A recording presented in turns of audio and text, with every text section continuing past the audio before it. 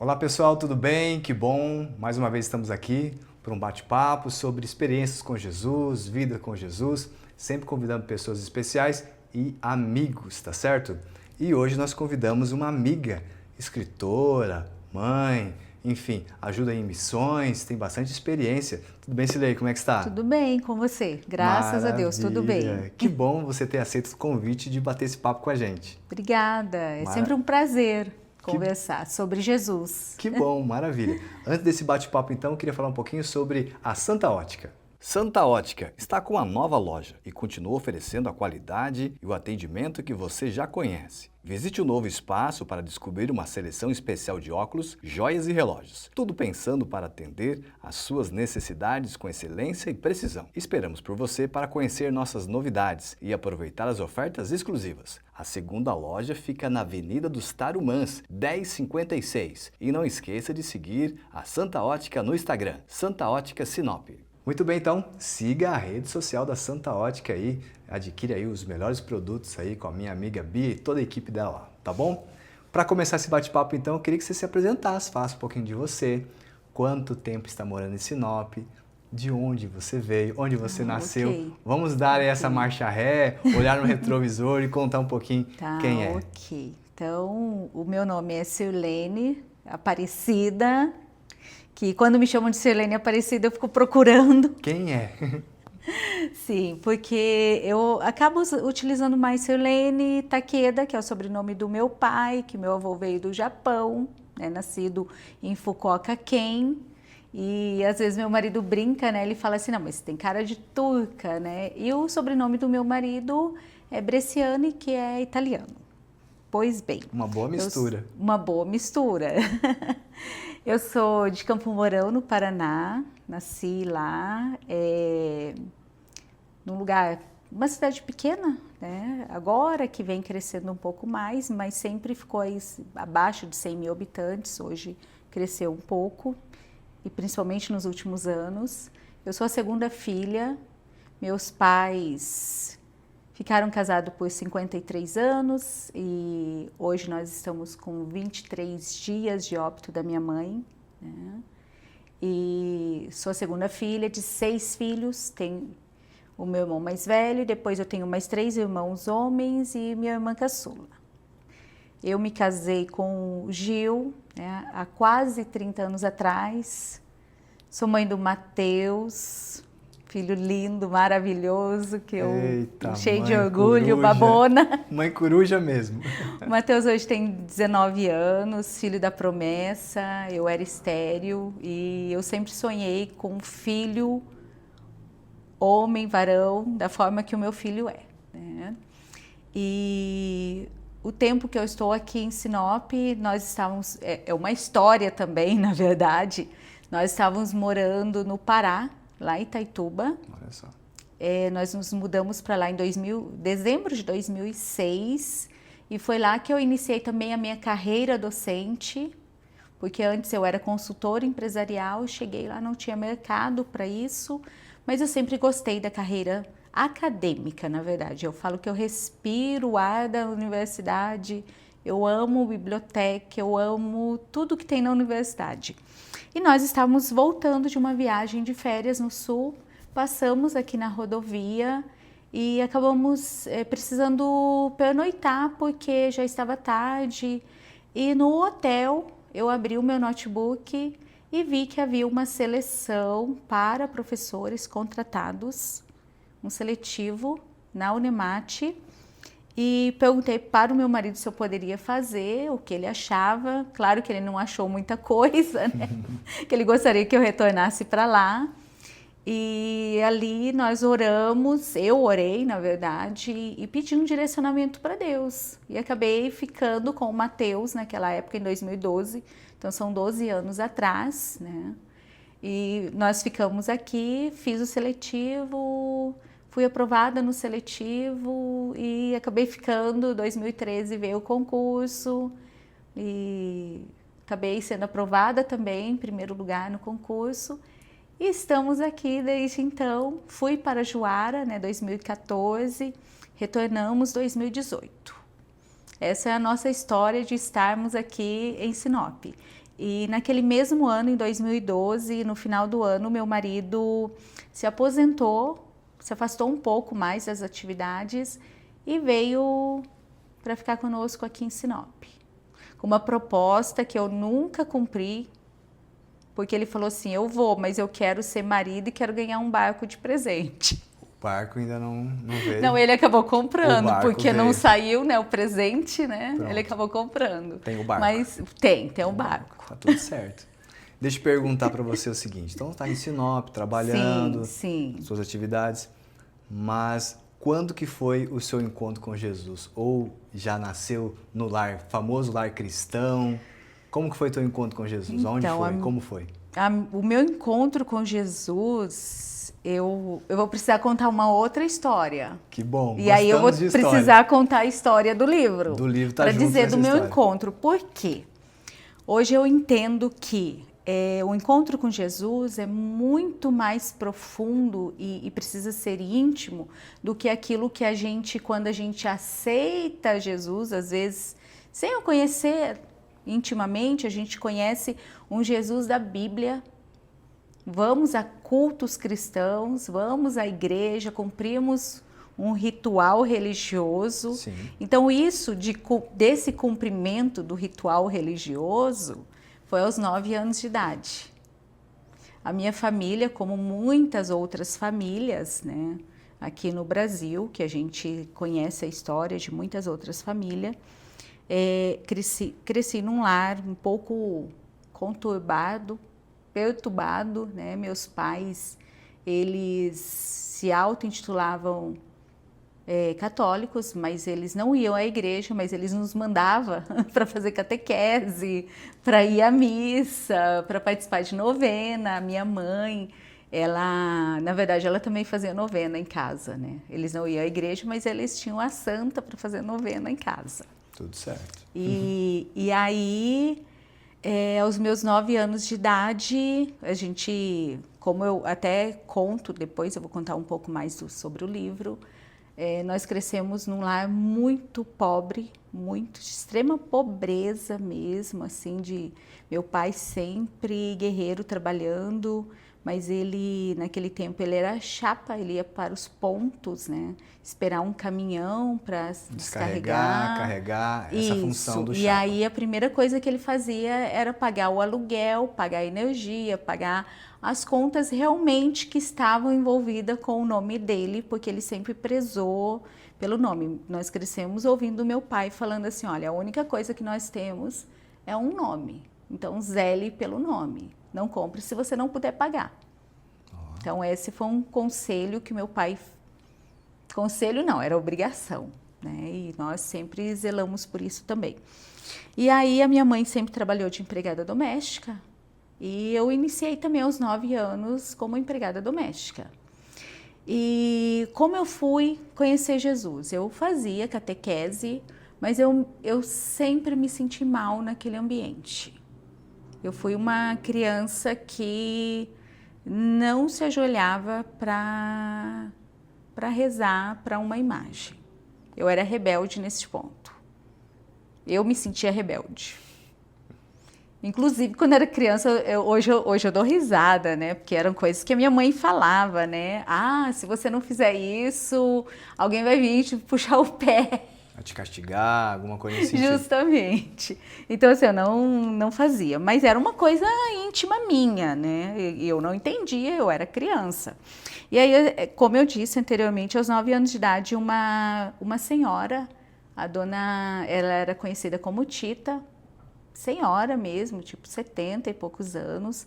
Ela era costureira na Vila Rio Grande, onde nós morávamos. E ela nos convidou para ir à igreja, que era presbiteriana independente de Campo Mourão. Independente. Aqui, Independente. Geralmente a pessoa conhece a Independente como a igreja dos alemães, alemão. Lá era dos alemão ou não era do alemão? Também. Também. E aí ela nos convidou e era um tempo que meus pais estavam assim, bastante conflito no relacionamento deles.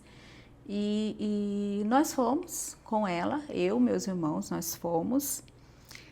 E uma tia Tia Cirlei, ela era bancária naquela época, as filhas dela eram missionárias lá no seminário lá de Cianorte, onde a maioria dos pastores da Presbiteriana Renovada fazem. Elas eram seminaristas lá na época. E ela começou a nos buscar em casa. Então, ela nos buscava para os cultos, tanto se tivesse algum no meio de semana que tinha alguma atividade para as crianças.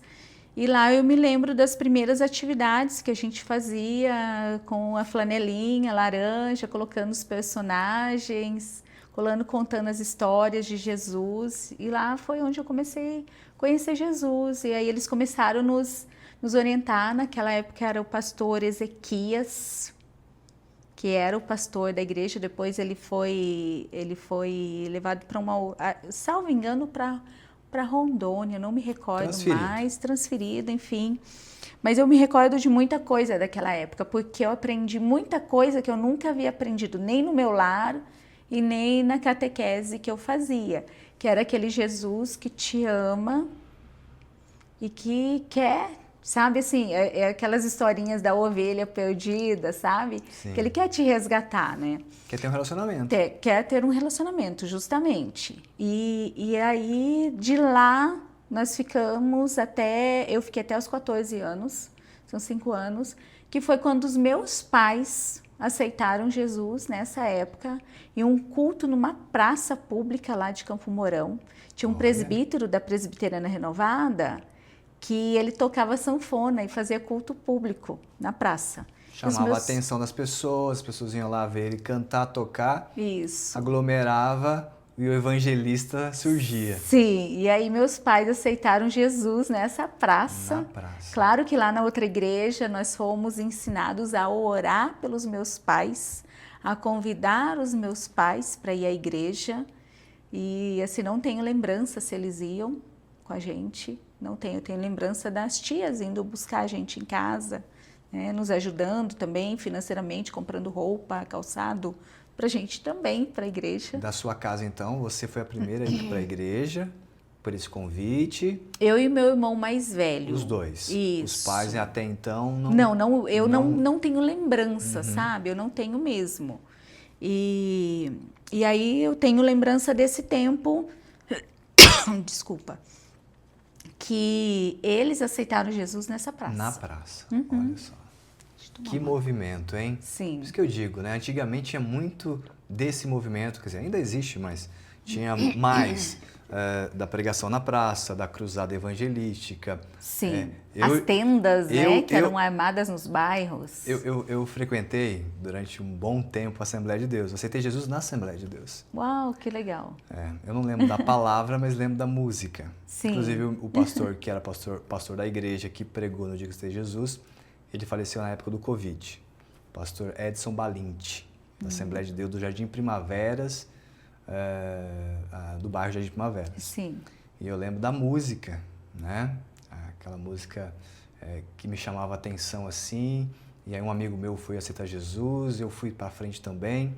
E eu fui daquele que, como um bom assembleiano, de terno e gravata, já contei testemunho e já preguei nas esquinas das ruas já. Né? Uma caixinha de som, enfim. E eu na época até fazia isso e depois eu começava a dizer, gente, mas deve estar incomodando todo mundo. Né? A gente pensa isso. Pensa, e não é verdade. Mas não é verdade. Não.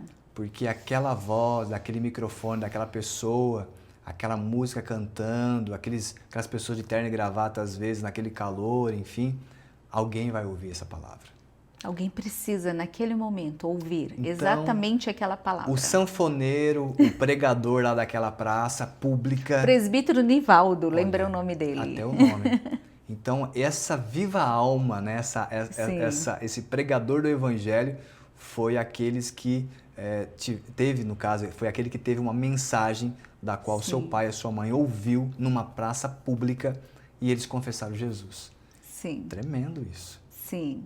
Então, e logo em seguida, os meus pais fizeram o curso para o batismo na Presbiteriana Renovada. E eu me recordo que aos 14 anos eu fui para lá porque eles falaram, não, agora nós vamos, todos vão conosco. E, inclusive, só recentemente que eu entendi a importância, assim, daquele movimento de saída presbiteriana independente, que também, excelente igreja, o Sim. ensino da palavra, assim, sabe, centrado em Jesus, na palavra, tenho boas recordações. E nós fomos para lá por quê? Porque eu gosto mais do movimento pentecostal. E eu não sabia, e eu falo assim, até às vezes eu me lembro, eu falo assim, puxa, eu sou homenagem a isso, eu mesma. Por quê? Eu nasci em 1975 e o movimento da Presbiteriana Renovada, que saiu da Presbiteriana do Brasil, foi em 1975. E eu fui ovelha de um pastor que encabeçou esse movimento, porque ele começou lá, em Cianorte, Maringá, Campo Mourão. Tem mais algumas cidades ali próximo de Maringá que aconteceu esse movimento e que criaram esse ministério da Presbiteriana Renovada. Então eu fui ovelha do pastor Lauro Celso. Olha só. Que inclusive eu estive com ele, já está jubilado, estive com ele há 20 e poucos dias atrás. E aí você, então a família toda foi... Fomos todos nós, todos nós somos batizados nas águas. E vocês batizaram juntos ou não? Não. Sim, toda a família. Toda a família. Gente, que legal. Toda a família sendo batizada. Sim, nós somos todos batizados pelo pastor Lauro Celso. E dessa época de Campo Mourão, sua família, enfim, você lembra de alguma história, de algum acontecimento lá que marcou a sua adolescência, a sua juventude lá? Jesus operou algum milagre lá que você lembra até hoje? Jesus sempre operava milagres. Amém. Sempre, sempre. Só que a gente não dava a devida importância, aquele olhar, a valorização, né? Então, assim, eu não guardei muitos na memória, mas eu sei que a todo momento Deus nos dava livramento de morte. Por quê? A partir do momento que eu creio que Jesus fez um grande resgate na minha família, né? Porque a gente vem assim de duas partes. O meu avô materno era cigano. Olha só. A minha avó era benzedeira. A outra avó ela, assim, eu nunca vi, mas assim, todas as histórias, né? Que era da macumba, do candomblé. Então, a gente veio desse meio, né? Então, foi uma alma perdida, ela saiu de lá de baixo e veio para a luz, né? E uma família toda. Então, assim, eu não tenho, sabe, Fernanda, assim, uma lembrança, assim, clara, mas eu sei que todas as vezes que a gente, assim, sofreu um acidente, alguma coisa, a gente andava de bicicleta, inclusive meu irmão, abaixo de mim, ele sofreu um acidente um dia numa rua lá que é bem conhecida, a Rua Araruna, que na verdade é uma rua gigante, corta a cidade e vai até a cidade de Araruna, onde tem a fábrica da Pinduca, a J. Rorato, que é tão conhecida, sim, né?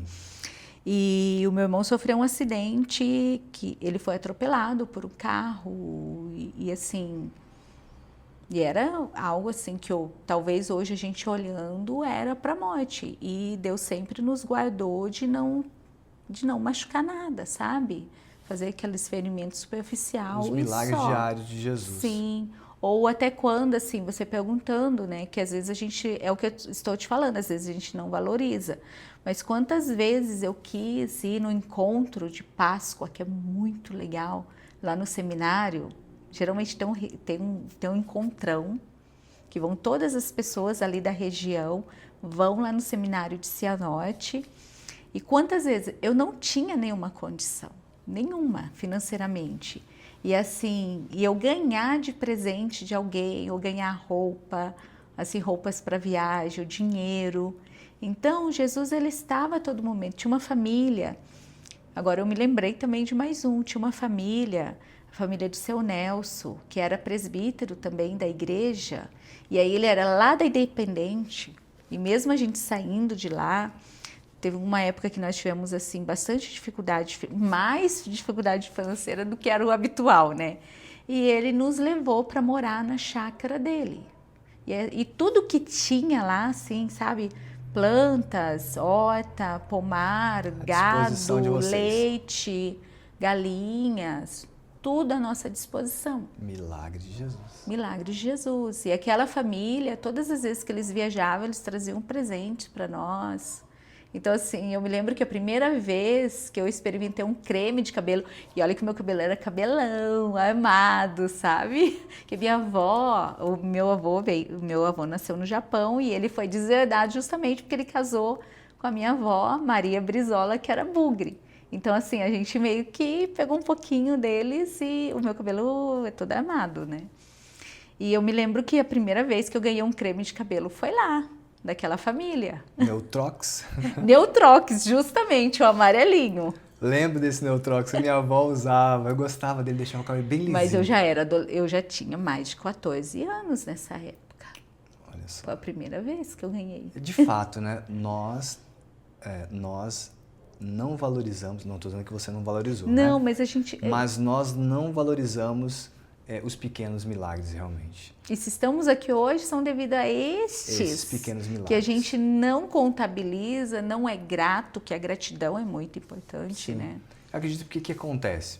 Geralmente nós damos ênfase aos grandes milagres, Sim. né? As grandes multiplicações, os grandes feitos. Parece que o Senhor só opera nesses grandes feitos. No dia a dia, nós não valorizamos. Então, fui e retornei. Não aconteceu nada? Olha só, o Senhor me livrou. Sim. Me livrou da morte. A gente não sabe quantos livramentos Ele nos Justamente. dá todos os dias, né? Então, você teve muitos milagres aí até Muitos, hoje. Muitos milagres até hoje. Muitos. Porque naquela época, hoje eu não ando 2, 3 quadras a pé numa rua escura. Naquela época a gente andava, saía lá do centro, ou saía de lá da chácara, saía lá da vila, íamos até o centro a pé, ia na igreja a pé, voltava. Tipo assim, dos 12 anos, que foi quando meus pais me emanciparam, aos 12 anos, para começar a estudar à noite. Então, assim, eu ia com o meu irmão de 14 anos. Nós íamos sozinhos para a escola, no colégio à noite. Então, imagina quantos livramentos o Senhor nos deu. Muitos. Enquanto adolescentes, andando sozinhos. E a gente voltava 11 horas da noite. Verdade. Do colégio. Tempo bom que não volta mais. Não. Hoje nós temos uma insegurança, né? Sim. De sair à noite, de andar de carro, de bicicleta, de moto, enfim. Muito trânsito, muita gente, possivelmente tem um assalto, tem um crime aqui e ali. E olha que a cidade que nós moramos ainda é uma cidade tranquila, assim, relativamente tranquila, né? Sim. Grande centro já tem mais dificuldades. Deixa eu entrar num assunto que você falou no começo aqui, que é um assunto que muitas pessoas já passaram por isso. E talvez algumas não tiveram o milagre. Você me falou que você era estéril. Sim. Era estéril. Como que você descobriu isso? De que forma? Lógico, tentando engravidar, obviamente, alguma coisa nesse sentido. Mas como que foi? Quando que foi isso aí? Conta um pouquinho sobre essa experiência aí. Tá. Que você não é mais, obviamente. Não. Eu fui morar com o Gil, na verdade, né? Em 95. E ele vindo de outro relacionamento, de casamento mesmo, ele não queria mais filhos porque ele falou, olha, já tenho 2 filhas, não me vejo sendo pai novamente. E eu queria muito. E quando o outro diz que não quer, parece que liga 500 flechas dentro de você, né? Porque aí você realmente quer. E eu tinha muitos problemas de saúde relacionado principalmente ao episódio que me aconteceu aos meus 18 anos. Então, nessa época, quando eu fui morar com o Gil, eu tinha 20. E eu tive, assim, depois vou falar um pouco, né, sobre a história que está aqui no livro. Então, eu tive um grande sofrimento lá onde eu estava, naquele lugar, e que provavelmente afetou a minha capacidade de ser mãe e também a questão também hereditária, porque eu tenho tias, tenho uma tia que é estéril, a outra precisou passar por vários tratamentos, para conseguir ter um filho, isso do lado materno, e eu comecei a ter muitos problemas de saúde, muitos, assim, ligados aos meus órgãos reprodutivos. Então, constantemente eu estava no hospital, constantemente eu estava em tratamento, fiz vários tratamentos e os médicos, todos aqueles especialistas que eu passei na época em Maringá, Campo Mourão, Londrina, me disseram que eu não teria condições de ser mãe porque eu não seguraria uma gestação até o final. Primeiro, eu não engravidaria. E se isso acontecesse, eu não teria essa capacidade de segurar. E não tenho mesmo. Quem me deu foi Deus, né? Que eu tive 2 ameaças de aborto enquanto eu estava gestante do Mateus. Então, foi Deus que me deu essa capacidade para segurá-lo. Ele segurou, né? Porque era um milagre, um plano de Deus, sim. O Mateus, ele é uma promessa, na verdade. Então, eu recebi a promessa de receber um presente. E naquela época, eu estava visitando uma igreja e era uma pastora Magali, e ela me entregou um papelzinho escrito, segundo Samuel, salvo engano, capítulo 2, quando Ana chora e pede para Deus um filho de presente. E aí eu guardei na Bíblia isso em 1996. Fazia 1 ano que eu morava com o Gil, eu já sabia que ele não queria ter um filho. E no ano de 2000 eu passei por 2 procedimentos cirúrgicos, passei por um tratamento de menopausa induzida com medicamento caríssimo, que naquela época não era ofertado pelo SUS, hoje que é um medicamento alemão. Fiquei em menopausa induzida, os problemas não regrediram e em no ano de 2000 mesmo, eu passei por uma cirurgia, eu fiz toda a preparação para uma histerectomia, porque eu estava sofrendo demais. Então, eu não suportava mais o sofrimento. E fui para o hospital e quando eu retornei da cirurgia, da anestesia, o médico veio conversar comigo, eu fiquei muito irritada, porque ele falou assim, olha, eu estava no centro cirúrgico e eu resolvi não fazer histerectomia, porque a senhora não tem filhos. Olha só. Então, assim, foi o próprio Deus que não deixou. Então, eu passei por todo o processo, porque era um professor da UEM, ele me pediu uma autorização para levar um tanto de alunos de medicina. Eu autorizei, falei, não tinha problema nenhum, então eu fiquei acho que umas 6 horas no centro cirúrgico, para quando eu voltei da anestesia, justamente isso, ele não fez nada, porque ele falou assim, olha, a intenção era verificar e avaliar para tirar os miomas, mas quando ele foi fazer cirurgia, ele viu que era, eu não vou lembrar agora o termo técnico, né? Mas era metade dentro do útero e a outra parte fora. E aí, se ele tentasse retirar, ia perfurar e também não ia servir para nada o útero. E ele resolveu não mexer. E quando eu engravidei do meu filho, eu estava com 13 miomas e mais um tanto de coisas e eu não tinha ovulação. Porque eu não tinha a passagem da ovulação. Então, assim, foi um milagre total. Então, nesse dia, ele entre aspas, né? Ele resolveu, não vamos mexer porque você não é mãe, você não teve nenhum filho e há uma esperança aí. Provavelmente ele deve ter pensado isso, talvez. O próprio Deus falou com ele, né? Nós entendemos isso agora. Sim. Se ele tivesse feito algo, você não teria a possibilidade de ser mãe. Eu sempre entendi que foi Deus que não permitiu que ele fizesse a histerectomia naquele dia. Sempre entendi dessa forma. Mas na época você ficou meio com... Eu fiquei muito brava. Chateada com ele. Porque eu sofria muito. Eu tinha dores intensas, eu tinha sangramentos intensos que já estavam assim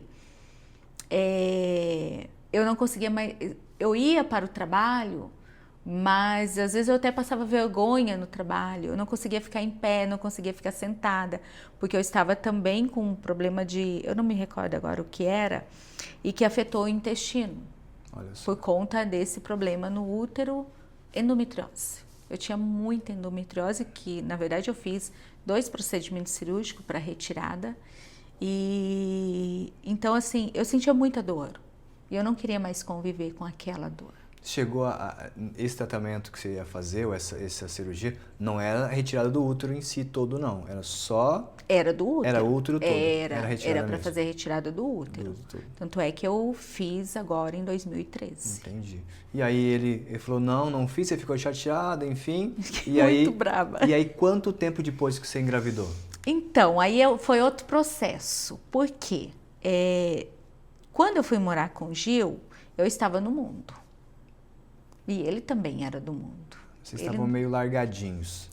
O Gil, ele tinha um relacionamento e ele estava no mundo. E eu também. Então, eu estava assim, eu ia em alguma campanha na igreja, mas eu acabava de sair da igreja e ia para outros lugares. A palavra não estava mais, vamos pensar assim, te afetando de forma positiva, de não ir para o mundo ou para as atividades que o mundo proporcionava. Era isso, mais ou menos? É que assim, pelo fato do que aconteceu comigo, eu entendi assim que eu havia feito uma coisa tão errada, era um pecado tão grande na minha mente que eu não me perdoava e achava que Deus não me perdoaria. Então eu ia na igreja como uma forma assim, tá, eu vou lá, mas zero compromisso, porque eu achava que nunca mais eu pertenceria àquela comunidade evangélica. Entendi. Então eu não via, sabe, nenhuma esperança para mim. E aí eu estava no mundo. E como os médicos, assim, falaram, olha, você só se fizer como diz? Inseminação. E o meu marido não queria. Ele falava assim, olha, se um dia for para você ter filho... Vai ser da forma normal, convencional. Se Deus quiser nos dar um filho, ele vai precisar dar. Desse jeito, ele falava, eu não vou pagar. Tanto é que eu separei dele algumas vezes por causa disso. Olha só. Porque eu ficava muito brava, eu falava, como assim? Ele tem condição, sabe? Não me ama. Depois foi muito tempo para eu entender que era o próprio Deus que nunca deixaria fazer isso, porque ele queria fazer um milagre na minha vida. Para que eu voltasse para ele. Ele estava tinha um pouco mais de fé que você, vamos pensar assim, pelo jeito dele lá, mas... Na verdade, acho que até hoje ele é assim, ele confronta um pouco Deus. Ele fala assim, você está falando que é Deus, então vamos esperar. Ele é assim, vamos testar. Não testar Deus, mas ele acha que ele está me testando, Entendi. Eu acho. Até hoje meu marido é assim. E aí, assim, eu estava nesse mundo e tal, e depois dos meus 18 anos, antes eu nunca tinha experimentado bebida alcoólica. E depois dos meus 18, que eu passei por essa situação, quando eu voltei para o Brasil, eu comecei a beber para esquecer o que havia acontecido comigo nos meus 18 a 19 anos. Então eu comecei a beber.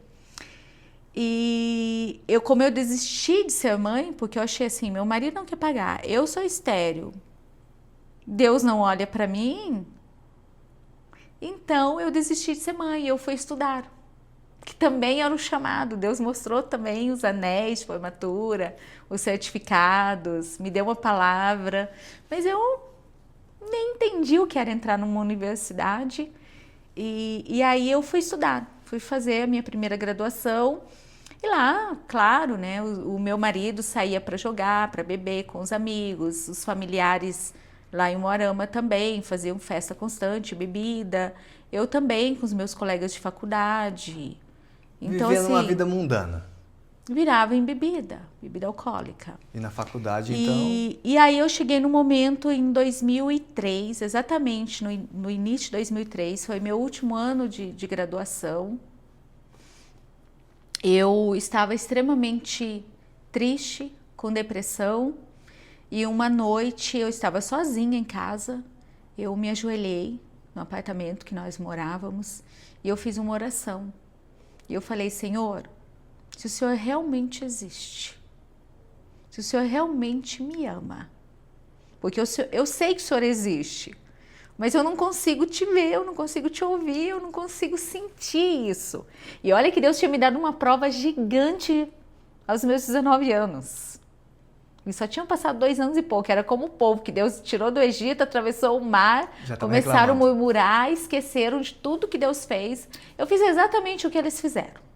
Nós somos assim.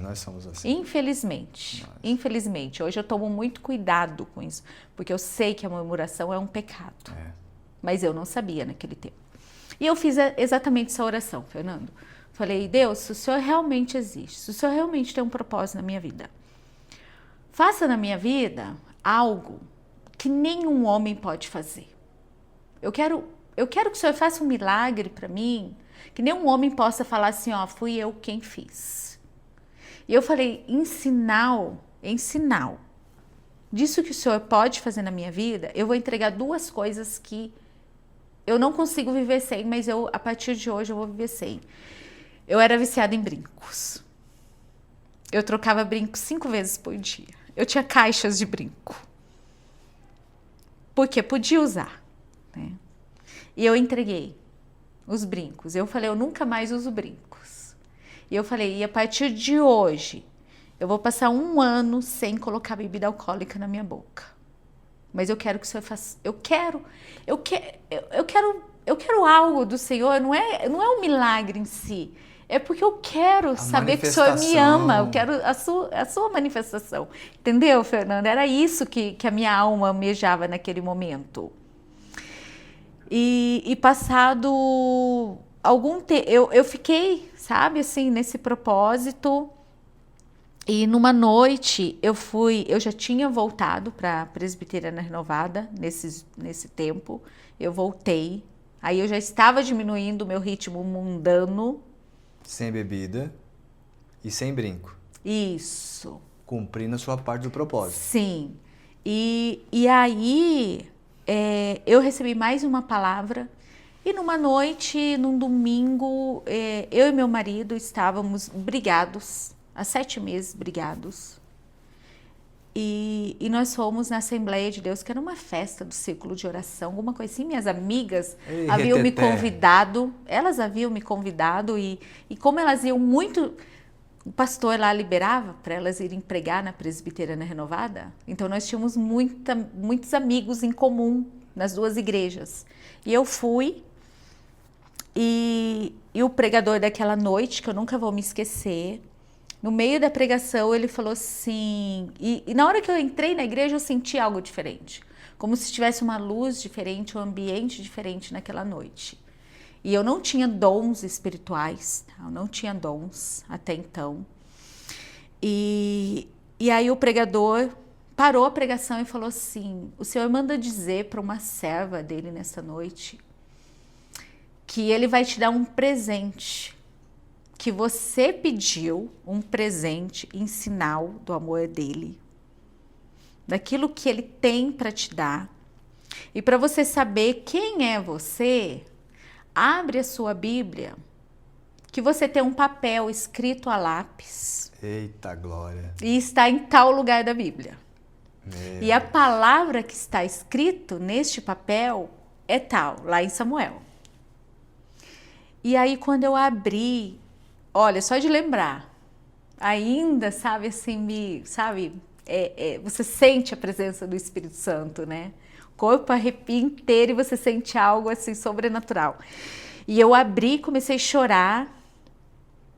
E como eu disse, eu estava 7 meses meio separado do meu marido, e naquele dia a gente tinha meio se reconciliado, tal, né, pela manhã. Até hoje eu brinco, por que eu não fui na feira pela manhã? Eu olho para o Mateus e brinco.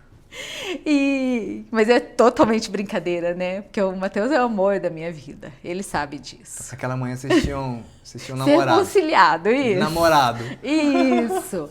E aí, quando o pregador, né? Ele era um presbítero de outra cidade. Quando ele convidou e falou assim, vem aqui na frente para receber a sua bênção. E eu me levantei e levantaram mais umas 30, 40 mulheres. Gente. Mas eu fui com toda a fé. Recebi. Quando nós saímos da igreja, que nós estávamos entrando no carro, meu marido falou assim, nossa, que privilégio, né, essa mulher, né? Aí lá dentro de mim eu pensei assim, nossa, que bobo, né? Não sabe que somos nós, né? E o meu marido nunca falou do sonho dele de ter um filho, homem. Porque ele achava que também não teria mais, né? Que ele tem 2 filhas, ele tem a Graziella e a Renata, do primeiro casamento. E aí ele nunca falou, até porque nós entendíamos que nós estávamos num pecado mesmo, sabe? Nós tínhamos essa consciência que nós estávamos em pecado. Nós estávamos. Porque a ex-esposa dele não queria o divórcio e uma parte não quer, né? Então, eu estava em pecado. E passado uns 15 dias eu fui ao médico e falei, doutor, eu quero fazer um exame, um teste de gravidez, porque eu estou grávida. Ele deu risada. O mesmo? Não, já outro que já estava me acompanhando há muitos Que já sabia da sua há uns vida. 3, 4 anos, que ele já tinha feito outros exames, porque eu sempre insistia. Quem não pode ter filho, e muitas mulheres provavelmente que vão nos ouvir, vai se identificar com isso. Todos os meses acha que está grávida. E sempre vai um médico e o médico fala a mesma coisa. E ela não aceita, ela vai em outro, vai em outro, vai em outro. Ela quer pelo menos 10 laudos para dizer assim, não. E ainda mesmo assim não se convence, né? E aí eu já tinha ido em outro, um médico que trabalhava com fertilização, um grande profissional que morava lá na cidade, Dr. Francisco Munhoz. E ele me deu o mesmo parecer que os outros médicos lá de Maringá. E aí eu cheguei nele e falei, doutora, eu estou grávida, eu quero fazer o teste. Ele riu da minha cara, ele falou assim, não, dona Silene, a senhora não está grávida, não tem como, só se for uma obra do Espírito Santo. Falou e eu falei, assim, amém. Se for... E aí eu saí de lá, ele não quis, realmente, ele não quis. Aí eu fui em outro hospital, e eu já tinha passado por um tratamento, como eu disse, eu vivia doente. Eu era muito doente, muito. Hoje eu entendo que onde há pecado também a gente abre, sabe, brechas para isso. E aí eu fui em outra, ele falou a mesma coisa, não, a senhora não está, inclusive a senhora está com uma feridinha, eu preciso cauterizar. E aí ele teimou comigo, tal. E aí acho que passaram mais uns 5 dias, eu fui no laboratório e fiz 5.000, a posição do exame, não sei. E quando eu peguei o resultado, meu Deus, eu chorava tanto, que eles falavam assim, se acalma, a gente vai te dar uma água com açúcar. E cheguei em casa, fui ligar pro Gil chorando, e ele achou que eu tivesse sofrido um acidente, né? Porque eu viajava, desesperada, eu uma dirigia ligação. sempre, né? Eu estava chorando, não conseguia falar, né? Eu só chorava. E para resumir a história, o meu marido só acreditou que era um menino no dia que nasceu. No dia que nasceu. E é Mateus por significar presente de Deus. E foi escolhido pelo meu marido. Então, quando nasceu, ele falou assim, é o menino. É um menino. E se apaixonou por esse menino. É apaixonado, na verdade, meu marido é apaixonado por todos os filhos dele, né? E retornando um pouquinho lá no que eu falei antes, né? Que eu fiz aquele propósito com Deus. E eu resolvi honrar aquele propósito, honrar Deus, na verdade, né? Pelo resto da minha vida. Então sem brinco e sem bebida alcoólica. Justamente. E não faz falta, né? Nenhuma. As pessoas dizem assim, não, mas só uma bebidinha social. Querido, vamos ser sinceros, não tem necessidade. Não tem. Né? Não tem. Assim, eu digo assim, quem tem condições e realmente fala assim, não, eu vou tomar uma taça de vinho e tá tudo certo. Ok, tudo bem. Mas se por acaso você já teve aí, né, uma crise ou um problema com a tal da bebida, né, na minha casa eu tive, meus avós, tive com meu pai, tios, enfim, tiveram esse problema. Uhum. Então retornar pelo menos a uma tacinha não convém. Porque automaticamente foi algo que já te destruiu por muitos anos. Sim. Sim. Então, se aquilo ali realmente é um local mais frágil da sua vida, então não precisa voltar. Quantos relacionamentos, né, são destruídos pela bebida? Muitos. Porque você está num lugar bebendo, você está lá às vezes com... eu e meu marido, quando a gente saía às vezes, por ele ser um pouco mais velho, um pouco generosa, né, um pouquinho mais velho que eu, então assim, às vezes acontecia algum problema, assim, de alguém olhar e ele ter ciúmes, e já beber um pouco mais se altera. Porque se a gente estiver sem bebida, a gente sabe se comportar, né? Sim. O outro, né? Porque na verdade não tinha nada a ver comigo, mas... Mas a pessoa, ela alcoolizada, ela ela não vira consegue mais homem, Sim, né? sim. E com uma arma na mão, ela pode cometer enfim, uma fatalidade ali, Sim. com um carro na mão. E quantas outras, né? Com Também um carro de na destruir mão, o casamento. pode, além de tirar a sua própria vida dirigindo, tira a vida de outros, né? Sim, não vale a pena, na verdade não vale. E na verdade, assim, e por outro lado, né, eu fazia isso porque era uma forma não só de punição para mim mesma, mas também de esquecer algumas coisas que havia acontecido. No momento que eu entendi que realmente Deus me ama, realmente Ele quer, né, que nós tenhamos um relacionamento com Ele, não tinha nenhum motivo Às vezes as pessoas para se acham, alcoolizar, não às tinha. vezes as pessoas elas não têm consciência que de fato, quando você pede perdão por algo, Deus ele não demora horas, é instantâneo. Sim. Você se arrepende, o Senhor te perdoa, é instantâneo. Lógico que as consequências do seu pecado, elas vão vir, elas podem se acarretar na sua vida, né? Mas o perdão, quando você é perdoado por Deus, quanto tempo demora para Deus te perdoar? É instantâneo. Então, eu não entendia isso, que na verdade é assim, hoje eu entendo que primeiramente, a gente precisa realmente ter um arrependimento verdadeiro. Não é da boca para fora. E hoje eu entendo quantas vezes, porque nós pecamos. E quantas vezes eu peço para o Espírito Santo me ajudar a me arrepender, a fazer um pedido de perdão, assim como eu já fiz com a ex-esposa do meu marido. Eu precisei disso. Eu precisava, sabe? Pedir perdão, mas eu precisava desse arrependimento, sabe? De orar, de jejuar. Porque não é simplesmente você chegar na frente da pessoa e pedir perdão. Ai, você me perdoa. E aí, assim, não ter uma justificativa, não ter uma clareza, não ter, sabe, esse perdão genuíno que Jesus, ele nos dá. Você rasga, né? O coração, abre o peito, fala. De você dizer, sabe, eu sinto muito e não faria novamente o que eu fiz. E dizer tantas outras coisas, né? Então, eu aprendi, sabe, assim, apanhando, e muito. É porque a falta de perdão, ela vai gerar, de fato, problemas para a sua vida. Sim, né? sim. E o perdão, ele não é um sentimento. Eu aprendi, já falei sobre isso, é aquela dinâmica do ferro de passar roupa. O ferro está quente, você tira da tomada, se você continuar relando a mão, ele está quente. Daqui 5 minutos, está quente. Daqui 1 hora, está frio. Ele vai se esfriando. E aí, de fato, o Senhor te perdoa, Ele pede para você não lembrar mais daquela situação. Existe uma cicatriz. Sim. Você até pode olhar para ela, mas não tem dor mais naquele lugar.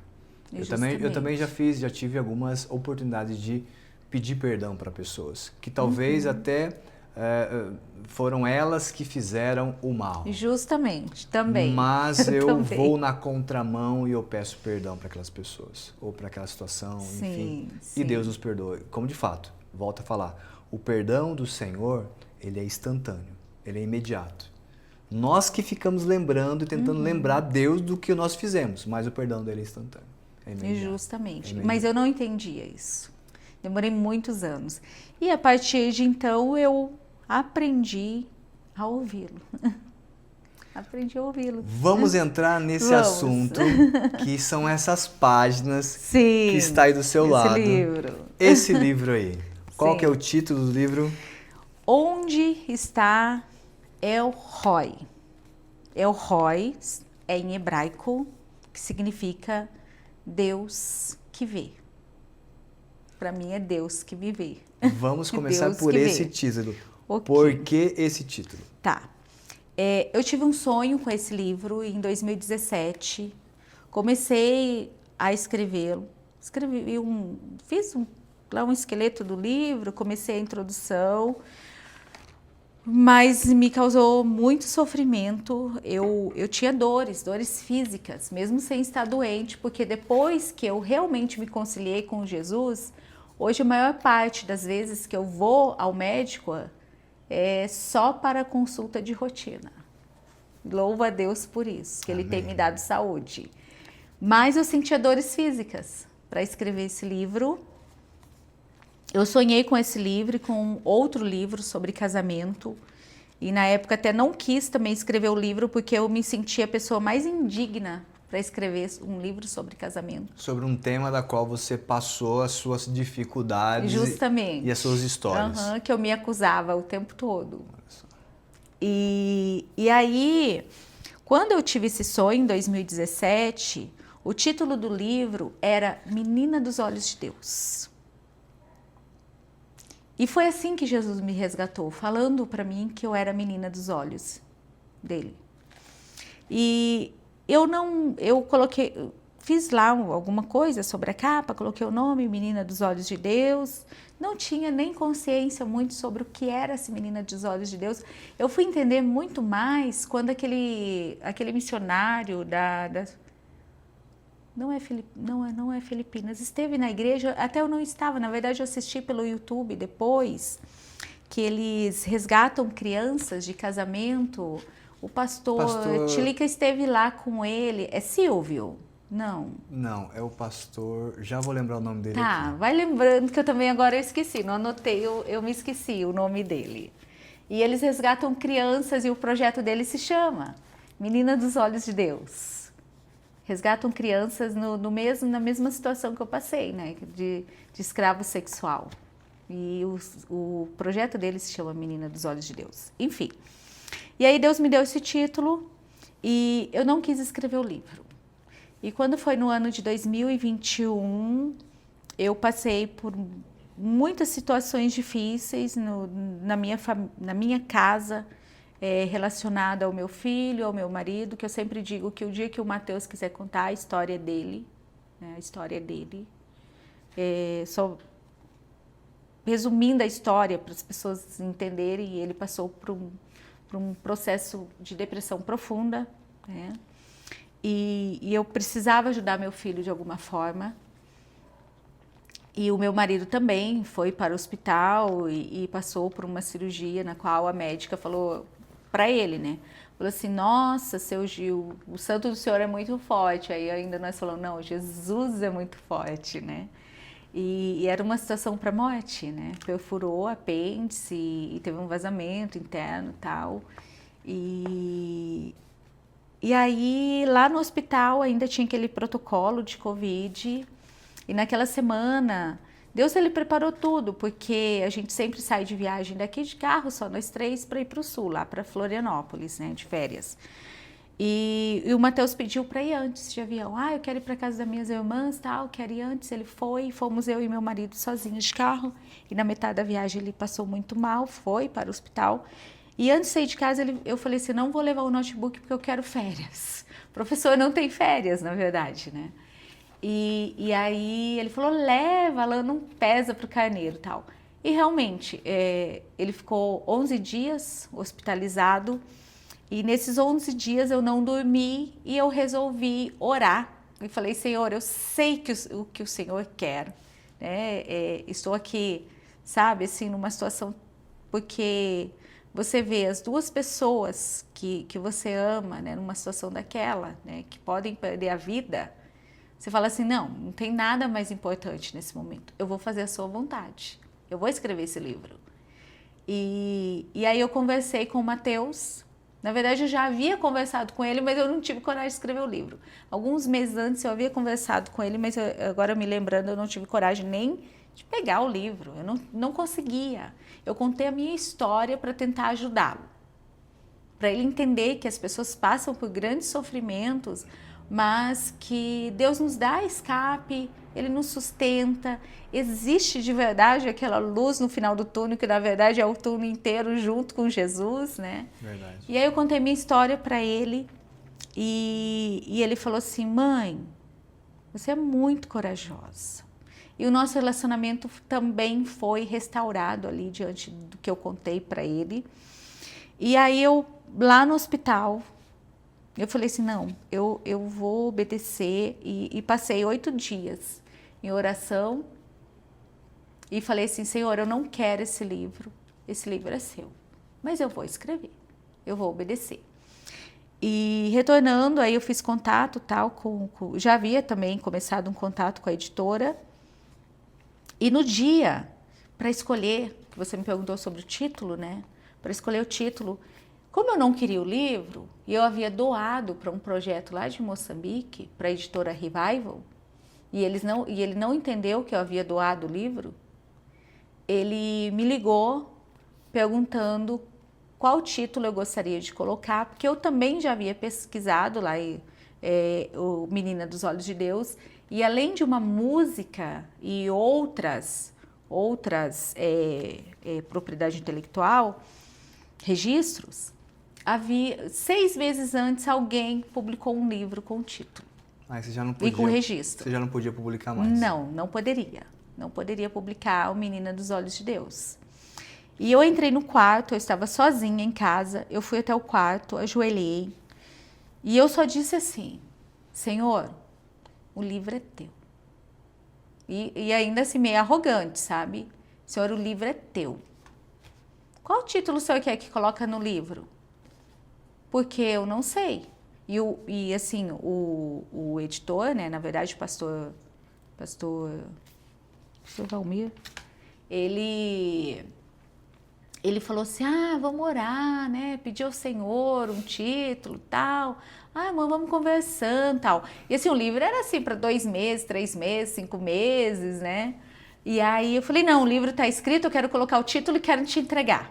Mas como assim, você escreveu né, em 8 dias? Não, eu quero te entregar depois, 8 né? dias você escreveu o livro, em 8 dias. E aí o título, na verdade, eu já tinha entregado para ele e tal, e já tinha passado alguns dias, eu já tinha voltado de férias, né? E da cirurgia do meu marido. E aí ele falou assim, mas como assim? Eu falei, não, pessoal, eu quero um título hoje. Tá, entrei no quarto, ajoelhei. Falei, Senhor, o livro é teu. Qual o título que o senhor quer que eu coloque? E ainda falei assim, me dá um título que as pessoas vão se interessar pelo livro, que ninguém viu esse título. Que ninguém nem sabe o que é que eu tenho que explicar e já testemunhar, né? Sim. E aí o Espírito Santo falou em voz audível comigo. Qual era a pergunta que você mais me fazia durante o processo? E eu comecei a rir. Falei, como assim? 29 anos depois você vem me dizer que é um processo? E o Espírito Santo falou novamente, Fernanda, assim, sabe? Me ignorando mesmo. Qual era a pergunta que você mais me fazia durante o processo? E ali eu me lembrei, tanto é que não tem muito no livro, porque eu não queria nem reescrever essa parte, sabe? Para explicar o título, para explicar de onde surgiu, porque eu não queria ver o livro. Porque ele ainda, sabe assim, me causava um pouco de dor ainda. E aí, na hora eu entendi, me lembrei que onde eu estava era como se todos os dias eu marcasse mais um dia. Eu sobrevivi a esse dia. E todos os dias. Eu não acreditava mais em Deus.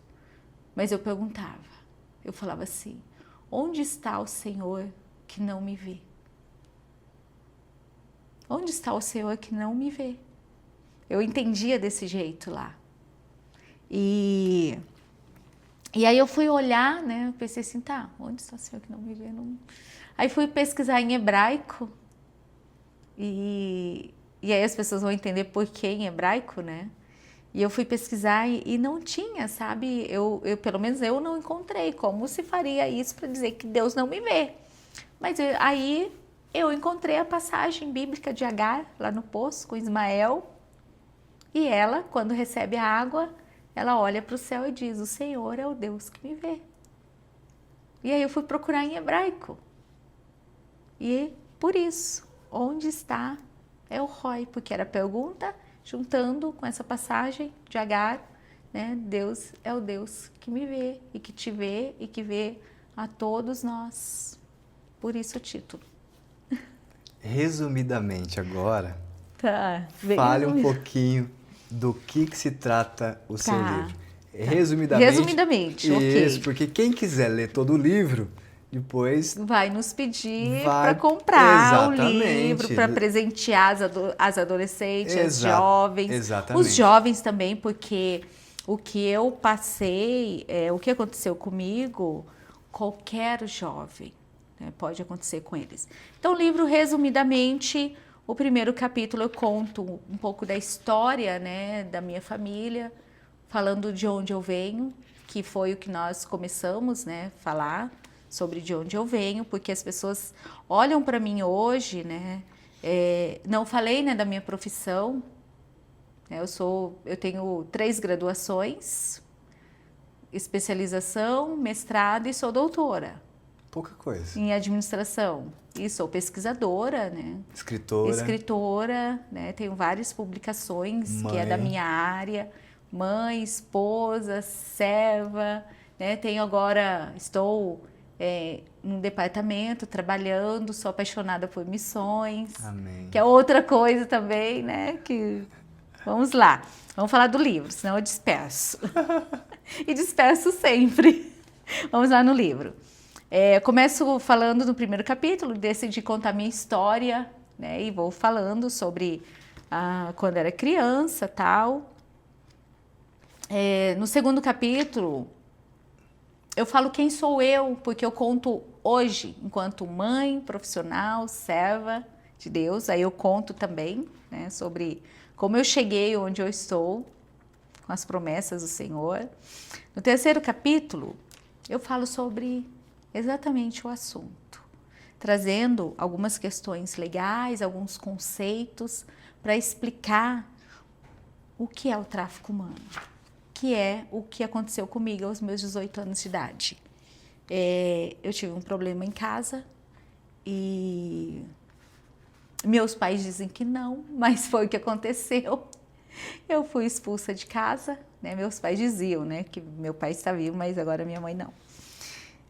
Eu fui praticamente expulsa de casa, fui morar com uma colega. Eu estava fazendo naquela época ainda, acho que o ensino fundamental à noite, porque eu sempre parava de estudar para trabalhar, que era o objetivo em casa. Todos nós trabalhávamos, né, desde criança, eu, meus irmãos, meus pais sempre trabalharam. E eu fui morar com uma colega, que é aí onde entra as advertências que a gente faz, e as pessoas acham que nunca vai acontecer com eles, né? Que é do aliciador. Eu não sabia que essa colega era mais velha, estudava num colégio público à noite, em vila, estratégico, né? Com carro, andava bem vestida, perfumada, e me convidou para passar um tempo na casa dela. E para mim era um assunto muito simples, sendo descendente japonês, meus tios, 3 tios irmãos do meu pai moravam no Japão, levaram os cônjuges, o meu tio levou os 2 filhos mais velhos, na época que era da minha idade também, né, para trabalhar lá aos 18 anos. E eu tinha pedido para o meu tio ser, né, naquela época não era era como se fosse um tutor, fiador, né? Tinha o termo fiador, mas era um tutor.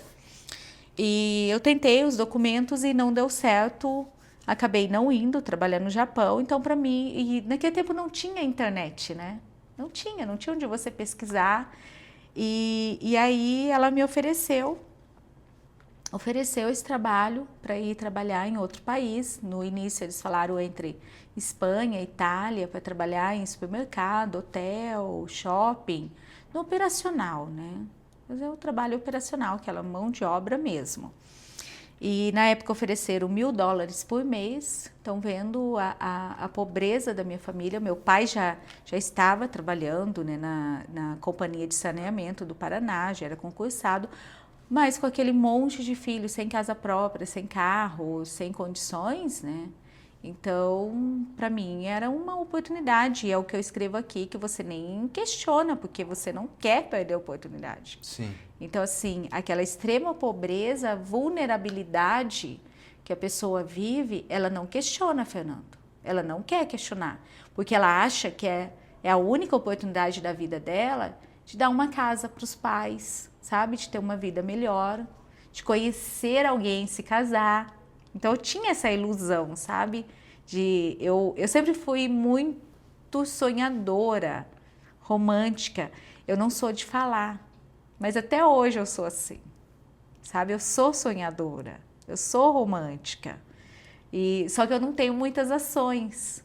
Então, eu fui com esse sonho, sabe? E aí, toda aquela história que a maioria das pessoas conhece, não acreditam, porque as pessoas que vêm de uma situação dessa, muitas delas já morreram muito jovens por overdose de droga, bebida, situação de rua, crime, tráfico também, porque ela não se enquadra mais na sociedade, né? E aí eu conto como é esse aliciador no capítulo 3. Quem é o aliciador? O aliciador pode ser seu melhor amigo, vestido assim como você está, todo mauricinho, todo arrumadinho. Ele não tem nada escrito na testa, Não sou tem. aliciador. E ele conquista primeiramente a sua família. Então ele não tem, sabe? E o outro lado é essa vulnerabilidade, né? Que você não tem, você não consegue enxergar o que... talvez as pessoas podem até te falar, mas você não quer enxergar. Você não quer acreditar, sabe? No meu caso, ninguém falou, né? Ninguém disse nada porque ninguém nem sabia. Meus pais me emanciparam mais uma vez, que eu pedi, levei o documento, foram junto comigo no cartório, me emanciparam para eu viajar sozinha para outro país. Eu falei que iria trabalhar e meus tios moravam no Japão, estavam trabalhando. Tudo e certo. Nós não vimos nenhum problema nisso. E quando eu estava no aeroporto, lá em Guarulhos, minha primeira viagem, tanto para lá quanto... Para lá não, que eu já tinha ido na casa da minha tia em São Paulo, mas era uma outra condição, né? Mas era uma primeira viagem, assim, compramos mala, roupa, calçado, porque aí eles compram, te orientam em como passar nas alfândegas, na polícia, tal, e na Interpol. E aí você só recebe a notícia quando você chega no país. E aí as pessoas falam assim, mas tinha alguém acompanhando? Não precisava mais de ninguém acompanhar, porque você está orientado, você tem uma passagem, você entrou no avião, você não vai se desviar no meio do caminho, você não vai se perder, porque você acreditou em tudo, então você está sozinho. Você comprou o sonho. Sim, e aí meninas em voos por outras escalas, né? Então, naquele dia, eu não me recordo se nós fomos 2, 3, alguma coisa assim. Então você não quer perder aquele sonho, você não quer de forma alguma. Até porque quando você é pobre, você acha que uma casa, que um carro tem um valor gigante. Né? Sim. É necessário? Mas não é aquilo que tem na cabeça da gente, aquela fantasia de lá de trás. Né? Hoje eu percebo isso, não é. É muita fantasia. E que também o mercado te vende essa fantasia, né? Eu sou formada em marketing e eu abomino, eu não trabalho com marketing. Porque eu sou minimalista hoje. Cuidado, e é assim. hein? Cuidado que eu trabalho com marketing, cuidado. Não, mas assim, não nessas questões. Tô brincando. São dois mundos diferentes. Sim, É claro com que certeza. tem as questões do marketing, que ele é ético. Mas os profissionais, quando vão ser formados, você precisa entender que você precisa gerar necessidade nas pessoas. Entendeu? Então, assim, mas assim, aquele agressivo, não estou falando de você fazer um marketing de algo que é necessário, que as pessoas precisam, para as pessoas conhecerem uma empresa que é ética, que tem bons produtos. Ponto, para não ficar ruim. Tá tudo E é isso, tá? Mas assim, eu aprendi de uma outra forma, também depende dos professores que te Lógico, ensinam. com certeza, Com certeza, né? certeza. Então assim, mas vamos lá, voltando no livro. Pisou o pé lá, você descobriu. Sim. Então aí quando eu cheguei, eu já sabia, em Guarulhos, eu fui avisada que não tinha vaga de trabalho nos países que eles me ofereceram e que eu estava indo para Israel. Eu só conhecia Israel da Bíblia, eu nunca tinha visto nada. Eu não conhecia internet, naquela época não tinha. Isso em Guarulhos. Em Guarulhos. Eu fui Então a avisada. passagem foi comprada. Isso, ele só te entrega o passaporte e a passagem na sua mão em Guarulhos, que tem alguém lá Da equipe deles. da equipe. Isso. E aí me avisaram que eu iria lá para Israel. E eu não tinha nem ideia. E aí eu comecei a imaginar, né? Israel. Nossa, imagina, né? Ir para Israel. Comecei a imaginar tantos lugares que eu queria conhecer. E você vai sonhando, né? A viagem inteira. Mas quando Naquela você época- pegou o bilhete, era Israel mesmo. Israel era Tel Aviv. Olha só. Tel Aviv. E você já ouvia falar, já sabia da onde, os personagens bíblicos, Sim, Jesus, sim, obviamente. sim. E o mar, eu tinha na cabeça, eu não era de ler Bíblia, né? Eu tinha o Mar Vermelho na mente, eu tinha o Mar Morto, eu tinha Jerusalém, eu tinha as muralhas, eu tinha Belém, eu tinha todas aquelas histórias que eu ouvia desde os meus 9 anos de idade na igreja. Tudo aquilo eu tinha na minha cabeça. E antigamente, Fernando, as pessoas tinham, né, aqueles quadros assim com o versículo bíblico e com o mar aberto e o povo atravessando. Então a gente tinha um quadro daquele. Aí você A gente remeteu ganhava por de essas presente, lembranças. né? A gente ganhava de presente, às vezes de aniversário, um quadro daquele de papel, né? Você falou, tá tudo certo, viagem Isso. internacional, vou trabalhar, Israel. Era o sonho, né? Era o sonho, imagina. Aí pisou lá.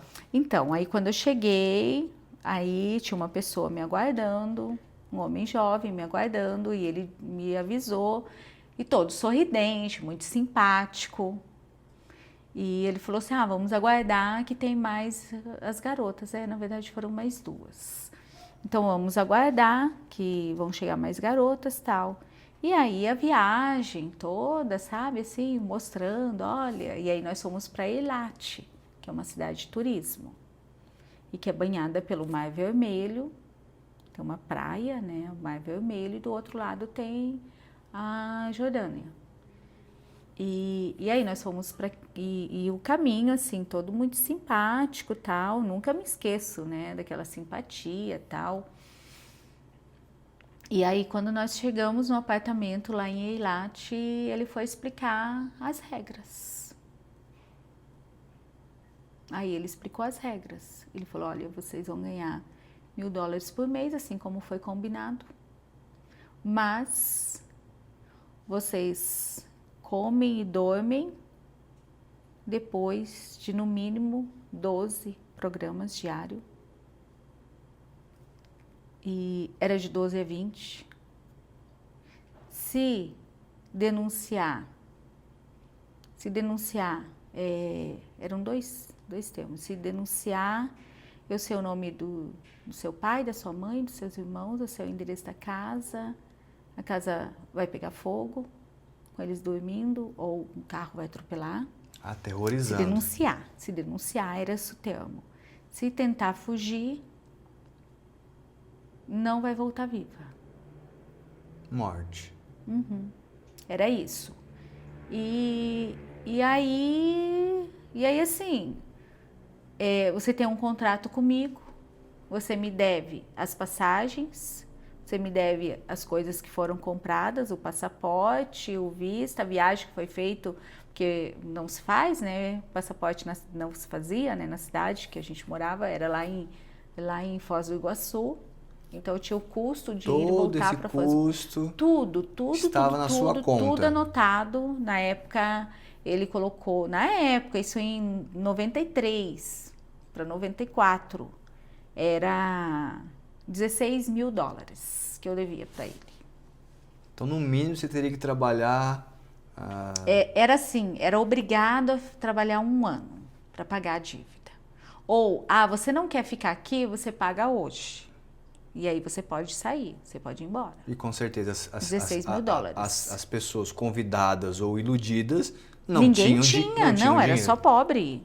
Só Já tinha era meninas pobres. Já era para que, Sim, que as sim. crianças ficassem lá, adolescentes, enfim. Sim, e aí assim, eram todas maior de 18 a 20 anos, na verdade, né? Eu tinha 18, eu fiz 19 lá. E aí assim, aí chegou a realidade, né? Era a partir das 2 da tarde e ele atendia o telefone, ele escolhia quem iria. Eu era a mais feia, eu era a mais briguenta. Eu sempre tive uma facilidade muito grande para aprender coisas. Então, assim, nos primeiros dias eu já aprendi um pouco de hebraico, um pouco de árabe. E eu misturava com inglês, com espanhol e consegui xingar. Eu xingava. Então eu apanhava. Eu apanhava do cliente, aí ele ia lá e batia no... Eu sempre ficava de castigo. Eu não podia comer, porque eu era esse tipo de pessoa, né? Hoje as pessoas me olham e falam assim, nossa, você é tão calma. Como Jesus muda, né? Mas na época e pela situação... Pela situação... Uma revolta ali sim, acontecendo. E aí, assim, eu não dizia lá, tanto é que eu escrevi um livro que eu não dizia lá que eu não sabia. Porque eu tinha medo. Eu tinha medo, sabe? De perseguição. As outras garotas também, porque tem uma rivalidade nesses lugares, né? De quem vai para os melhores lugares, quem faz o quê, quem tem cliente, quem não sei o quê, tal. Eu não tinha cliente, porque eu não fazia nenhuma questão, né, de agradar ninguém. Eu era muito bruta, muito. Então, assim, eu ia lá para os kibbutz, para trabalhador operário que vivia numa tenda cheia de roupa suja, calçado sujo, roupa, comida estragada, que não tomavam banho, que nem escovavam os dentes, não vou falar, né? Mas assim, para toda espécie de homem que era assim, também assim, rejeitado da sociedade. Então assim, eu ia em apartamentos de árabes que eram assim, totalmente destruídos, só com um colchão sujo no chão, uma roupa suja. E era assim, era muito terrível, sabe? Assim, faziam filas e tinha que obedecer, né? Tinha que obedecer. Então foi... Quantos anos? Eu fiquei menos de 1 ano. Menos de 1 ano. Porque é o que eu conto no final do livro. Como foi que Deus me tirou de lá? E aí eu fazia essa pergunta, né? Eu sabia que Deus existia, mas eu vivia como se não existisse, porque quantos sábados, né, que lá era guardado o Shabat? E quantos sábados a gente era uma cadeia psicológica, né? Então assim, a gente podia sair no sábado. Então eu ia lá, sentava na beira-mar, lá do Mar Vermelho, e ficava passando um filme na minha cabeça. Meu Deus, eu vou direto para o inferno, eu vou direto para o inferno, eu vou direto para o inferno, porque eu estou pecando na terra de Jesus. Então, para mim, era muito mais profundo o pecado do que simplesmente uma prostituição, entendeu, Fernando? Além da prostituição, era em Israel ainda ali. Que a gente considera, né, como uma terra santa, sim, né? Sim, claro, com certeza. Então, para mim, assim, não era, sabe, assim, aquela divisão, não era Jerusalém, mas era todo o contexto ali, todo o território, né? Inclusive, era um sonho meu ir lá em Jerusalém, eu não fui, porque não podia viajar, né? A única viagem que eu fiz foi uma vez que eu fui atacada por um árabe e ainda tinha uma questão, que se alguém roubasse o dinheiro, era descontado daí daquele pagamento lá nosso, de $1.000 por mês. Que $1.000 a gente ganhava em meio dia. Ganhava para eles. Para eles. Mas pra você eles. somente no final do mês. Sim, para eles. E uma vez eu fui atacada por um árabe, né, com uma faca. E ele roubou a minha bolsa com todo o dinheiro e com o passaporte. E aí eu tive que ir até Tel Aviv para fazer outro.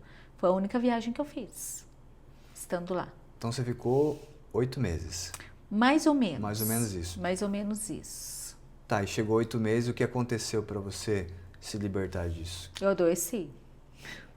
Eu adoeci e eu tinha sangramentos intensos e eu não conseguia mais andar. E naquela época eu era bem pequena, sabe? Eu era bem magrinha, magra mesmo. E eu era praticamente uma criança, né? Com 18 anos, uma criança. Pequenininha, Sim. vivendo em outro país. E assim, o meu corpo físico não aguentava mais. A minha alma e o meu espírito já não aguentava mesmo, né? E todos os dias eu chorava. Eu pensava assim, eu vou morrer aqui, eu nunca mais vou ver ninguém da minha família. Ninguém. E aí eu adoeci mesmo. E eles me levaram em um médico assim, sabe, em casa mesmo. Era um prédio sujo, clandestino, justamente. Era um prédio sujo, velho. E quando ele me atendeu, algum tempo atrás, agora uma pessoa falou assim, nossa, você acha que ele sabia da situação e quis te ajudar para te salvar? Ou você acha que foi Deus? Eu falei, pode ter sido os dois. Eu nunca parei para pensar que foi ele, mas pode ter sido os dois, né? E ele falou, e naquele dia, como eu entendia, né? Eu estava ali naquele meio, entendia um pouco de hebraico, ele falava também. Hoje eu não falo mais nada, né? E entendo muito mal também, porque eu nunca mais pratiquei, são quase 30 anos, né? E eu entendi o que ele falou, que era para morte. E ele falou que eu tinha uma doença, que a cada 1 milhão de mulheres, 7 eram acometidas desse tipo de doença, e que a minha parte reprodutiva, os meus órgãos reprodutivos haviam necrosado, que em poucos dias eu viria a óbito por causa daquela doença que eu estava. Então, assim, realmente, parecia que eu estava perdendo partes de mim, sabe? Que estava saindo partes de mim. E aí ele falou assim, olha, ela vai morrer. Ela vai morrer.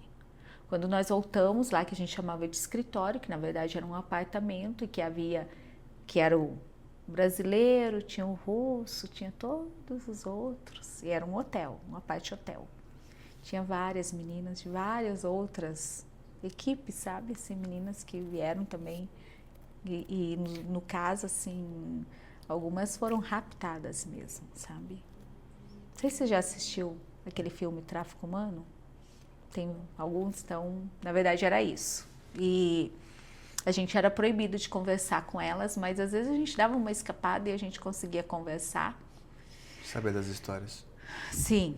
E aí, voltando, quando nós chegamos, né, a mãe desse rapaz, ela falou que era para me vender para uma boate de Tel Aviv para eu ser dançarina. E assim, eu não sabia dançar, eu não sei dançar, eu não tenho coordenação e também não me incomodo com isso, então nunca quis praticar, aprender. E aí ela falou, não, nós vamos vender. E ele olhou para mim e falou assim, não. Ele falava português um pouco. E ele falou assim, não, devolve Seuli Brasil, porque Seuli é lixo. É lixo. Devolve Brasil. E foi o que ele fez. Pulei uma parte. Agora que eu me lembrei, nós estávamos falando sobre isso, pulei a parte mais importante. A mais importante que eu pulei. E foi o padrão que eu vi no meu filho depois de depressão. Ele falava que ele era lixo, sabe? Ele falava. Por isso que eu quis contar também para o meu filho e foi importante publicar o livro. Antes de eu adoecer, uns dias antes, eu já não estava mesmo mais aguentando. E eu deitava chorando e eu queria alguma forma de tirar a minha vida. Eu ficava pensando, mas eu tinha muito medo, porque por mais que eu estava numa situação assim, que eu estava em pecado, que eu não reconhecia Deus como pai, várias outras coisas. Eu não tinha o amparo da minha família é pobre no Brasil, não podia saber de nada. Imagina a loucura que seria, né? E aí eu planejava o suicídio constantemente, Fernando. Uma forma de tirar a vida. Eu pensava assim, se eu me jogar na frente de um carro, mas aí eu pensava, meu Deus, e se eu só me machucar e ficar paraplégica, o que vai ser da minha vida? Meus pais não têm dinheiro, não pode me levar para o Brasil. Aqui eu não sei como funciona isso. Porque a gente era totalmente alheia ao que acontecia, sabe assim, na cidade, no país, porque a gente assistia jornal, eles falam super rápido, não entendia quase nada. Ler jornal piorou, né? Que é de trás para frente, todos aqueles desenhos. Na cabeça da gente era desenho, né? Enfim. Então me passava várias coisas assim, sabe? E lá a gente não bebia, não usava drogas, não pode, né? E aí eu ficava pensando como eu vou fazer isso. E me veio a ideia muito clara de entrar no Mar Vermelho e entrar até eu morrer afogada. E eu sabia que era questão de segundos, porque eu tinha visto um homem morrer pertinho de mim, assim, numa praia aqui no Brasil. Então eu pensei, um segundo, estoura tudo e eu morro e acabou, né? E aí não pode culpar ninguém, não vão fazer nada com a minha família, vou ser jogada aqui como indigente mesmo, como prostituta e acabou. Essa era a minha ideia. Enfim, aí eu fiquei e não tinha coragem. Aí numa sexta-feira à noite, eu falei, amanhã. E eu me preparei. Para ir para o Mar Vermelho. Então, a todo momento você pensava em tirar a sua própria vida? Ficava planejando. Todos os dias eu acordava e dormia pensando em como eu poderia tirar minha vida para acabar com aquele sofrimento, né? Na verdade, era um sofrimento terrível. E eu não via mais saída, né? Enfim, e aí eu tive a ideia de entrar no Mar Vermelho. E eu me preparei na sexta-feira à noite, deitei vestida, porque aí a gente parava de trabalhar no pôr do sol de sexta-feira, né, para guardar o sábado. Uhum. E à noite eu me deitei pronta, e no sábado pela manhã, quando eu acordei bem cedinho, eu fiquei um pouquinho mais na cama, e nesse um pouquinho mais eu tive uma experiência, né, com Jesus. E eu vi a minha alma saindo do meu corpo, e o meu corpo permaneceu deitado na cama. Tinha uma outra colega do outro lado, em outra cama, solteiro. E tinha um roupeiro grande no quarto, que era uma parede inteira, e eram espelhos. E eu me vi entrando, passando como se fosse uma porta. E quando eu coloquei o meu primeiro pé, abriu, né? E era um jardim muito lindo, com grama extremamente aparada, assim, linda, e árvores ao fundo, com uma árvore grande ao fundo. E havia um riacho, Fernando, que era como se fosse desenhado assim no meio do jardim, sabe?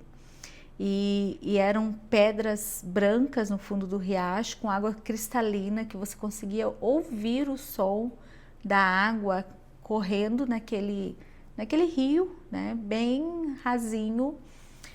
E era como se houvesse uma música, um som, sabe assim, naquele ambiente. Hoje, quando eu paro para lembrar, naquele tempo eu não me liguei a isso, provavelmente era como se fosse louvores, mas sem uma letra, sabe? Como se estivesse sendo tocado e cantado, mas sem uma letra. E eu ouvia, sabe, algo diferente. E em volta daquele riacho, no meio do jardim, ele tinha plantas dos dois lados. E eu comecei a andar a seguir aquele curso ali. E haviam plantas altas assim, era como se fosse um copo de leite nosso, sabe? Aqueles brancos, e eu passei a mão e era aveludado. E enquanto eu ia andando, eu fui passando a mão e eu falei em alta voz. Falei, nossa, não existe nada mais lindo do que isso.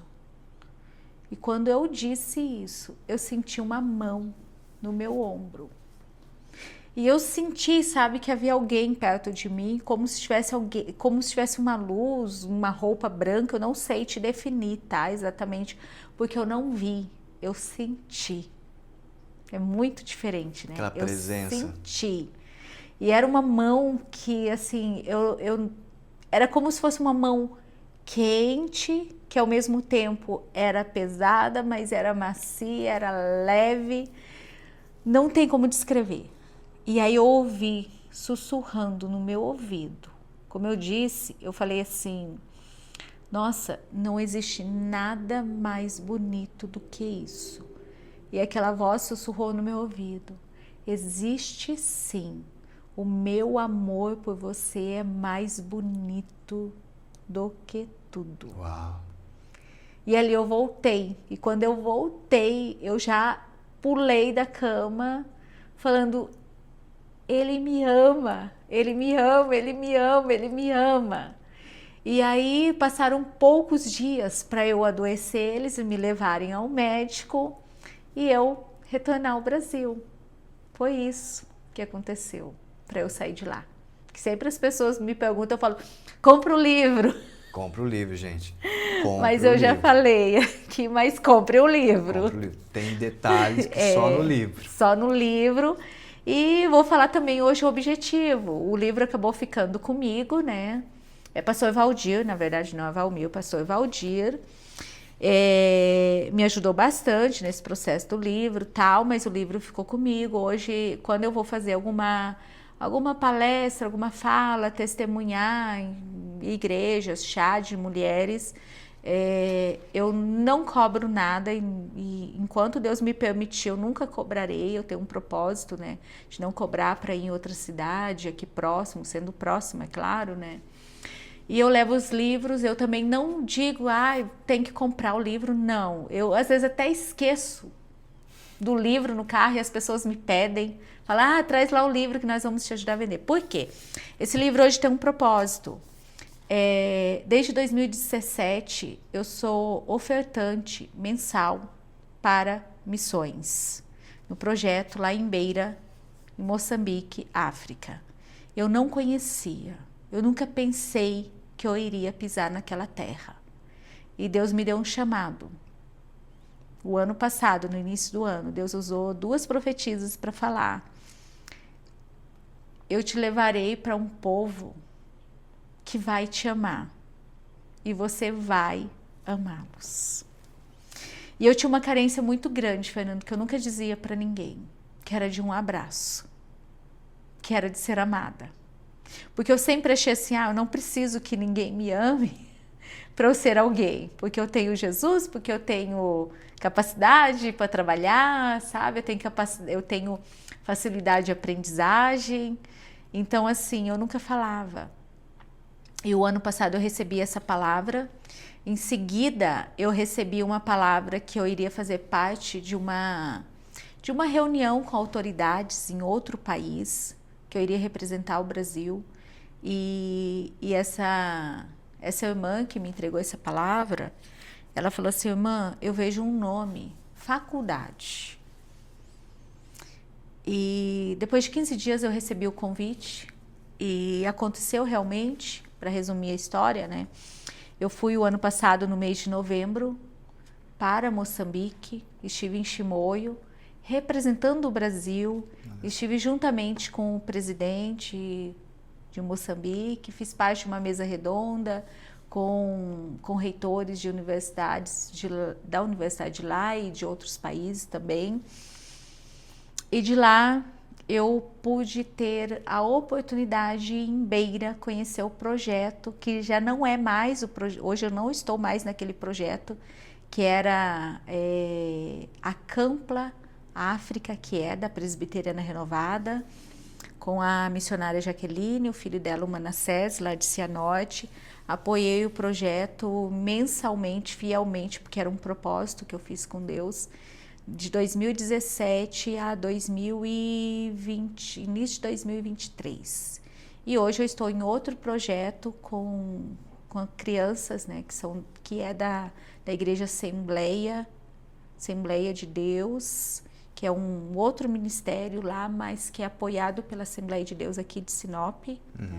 E nós temos uma das congregações, que é do bairro da Luz, com o pastor Almeida Sábado, que nós apoiamos também.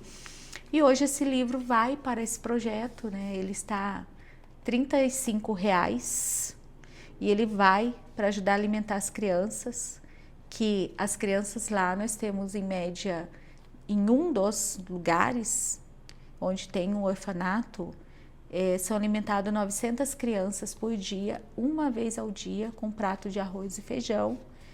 E essas crianças nos custam, né, para todos aqueles que contribuem, R$50 por mês. Cada criança? Cada criança. R$50 por mês? Cada criança. É na África também? Também no continente africano, no país que é Moçambique, na cidade de Beira, lá. Então, esse livro hoje, aquela pessoa que... hoje é 100% para esse projeto. Aquela pessoa que adquiriu o livro, sim, está sabendo que esse livro é R$35. R$35. Só eu que tenho para vender, porque eu já tentei colocá-lo em pontos e não vende, porque eu creio que Deus tem algum propósito que... Então, R$35 e 100% desses R$35 sim, vai para esse projeto das crianças sim, lá, que custam R$50 por dia. Por dia. Cada criança. Cada criança, então, porque só o teu só livro uma aí refeição. é 35, ainda falta algumas ajudas para completar os R$50 para alimentar as crianças aí. Sim. Como então, qual é o mecanismo que as pessoas que estão assistindo conseguem fazer para adquirir, já que não está em plataforma, não está em livraria, somente com você? É através do WhatsApp, você faz envio, como que faz? Sim, eu vendo através do WhatsApp, né, que eu tenho um WhatsApp comercial, e o WhatsApp meu é 669-9233-1885, tá? Então a pessoa faz diretamente o pagamento, me passa o endereço, e sendo em outras cidades, eu envio pelo correio. Faz tempinho agora que eu não envio, mas esses R$35 às vezes cobre também esse valor, mas dependendo das pessoas falam, não, eu quero pagar, custava, né, R$7,50, porque tem uma forma que eu tenho para fazer pelo correio, que é um envio especial de livro, que custa R$7,50. Né? Então, é muito mais barato do que você pegar o seu carro e ir até a pessoa para pegar. O único custo, então... R$35 e mais R$7,50. Mais R$7,50. Que é essa taxa. Que é a taxa. Tá? Sabendo, então, que isso. o livro é 100% dedicado a essa obra missionária com crianças. Isso. E nós sabemos, não que com adultos não seja importante, mas quando nós vemos o trabalho com crianças, ainda mais no continente africano, né, que são crianças bem mais carentes, não que no Brasil não tenha crianças, mas nós quando vemos os vídeos, as ações de missionários da igreja agindo com as crianças da África, o nosso coração fica mais sensível, porque imagine, uma refeição por dia, R$50. Então assim, é um trabalho... É a única refeição do dia. E uma única refeição, que é arroz e... Arroz e feijão. Arroz e feijão. E quando tem condição de comprar alguma coisa mais, uma carne, é comprado. Fernando, as pessoas, quando eu falo sobre isso e quando tem tempo para falar, e de repente eu posso voltar um outro dia só para falar sobre isso, porque hoje eu comprei novamente a passagem para ir para lá novamente, para Beira e Chimoio, no mês de novembro. Então terei outras experiências lá para contar, né? Quando você retornar, sim, vamos conversar novamente. Terei outras experiências. Quem nunca foi não consegue ter a dimensão do que eu estou falando. Eu não tinha. Às vezes as pessoas falam assim, hoje eu paro para explicar para a pessoa, porque eu já ouvi isso de pessoas próximas e eu não sabia explicar porque eu não conhecia. Quando eu falava, né, que a minha oferta ia para lá, e as pessoas falavam assim, mas tem tanta criança morrendo de fome no Brasil, por que lá? Hoje eu sei que foi um chamado. Sim. E você sabe que esse testemunho que eu falei agora aqui, eu consigo entender aqueles que ainda sofrem por ter um sentimento de escravidão. Eu tive uma experiência disso, eu consigo entender. Eu sei o que dói na pessoa. Eu sei o que a pessoa sente. E aí, quando eu dei meu testemunho lá, que eu fui em algumas igrejas, eu ganhei muitas almas para Jesus lá, com o meu testemunho. Então eu sei que Deus, antes eu questionava Deus. Hoje, para encerrar do livro, eu já li o livro 8 vezes. Cada vez que eu leio, o Espírito Santo fala algo novo comigo. E hoje eu sou apaixonada por esse livro. Eu sou apaixonada pelo valor que ele tem de salvar outras vidas. Amém. E no meu pensamento, Fernanda, é assim. As pessoas falam assim, mas o que adianta dar um prato de arroz e feijão para uma criança? É um homem, é uma mulher do futuro, que vai constituir uma família, Sim. que vai ter filhos, que vai ter um legado. E nós oramos e pedimos ao Senhor para que Ele tenha, que sejam pastores, missionárias, professores, juízes, advogados, doutores. Boas pessoas, né? Boas Oramos por isso.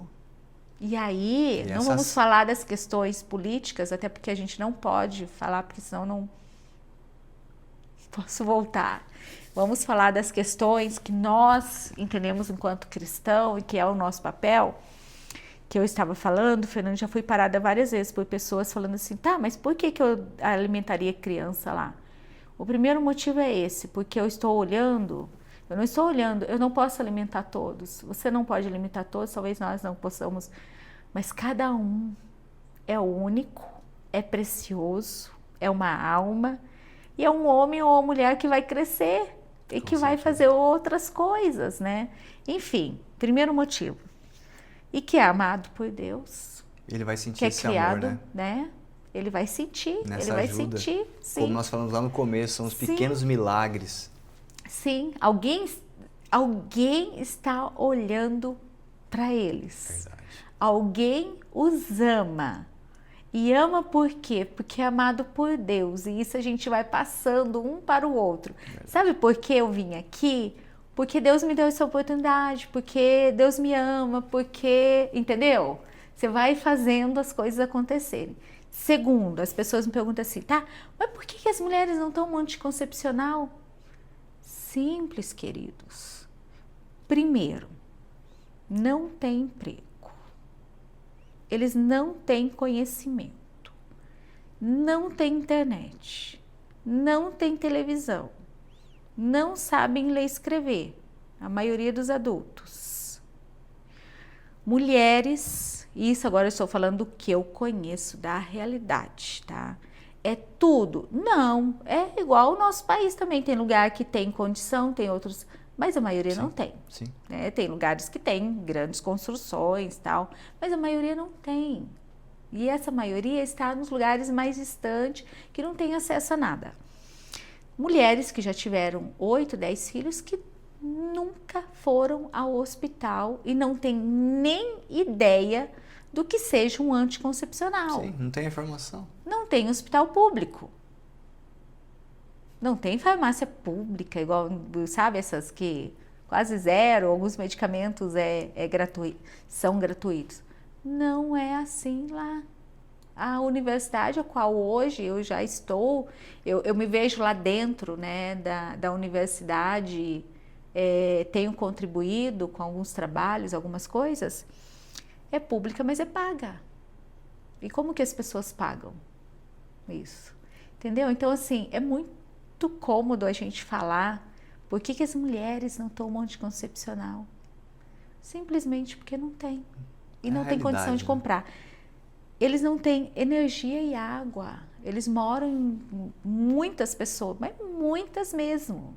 Na cidade de Chimoio tem muita gente pobre, muitos vilarejos, Beira também, muitos vilarejos.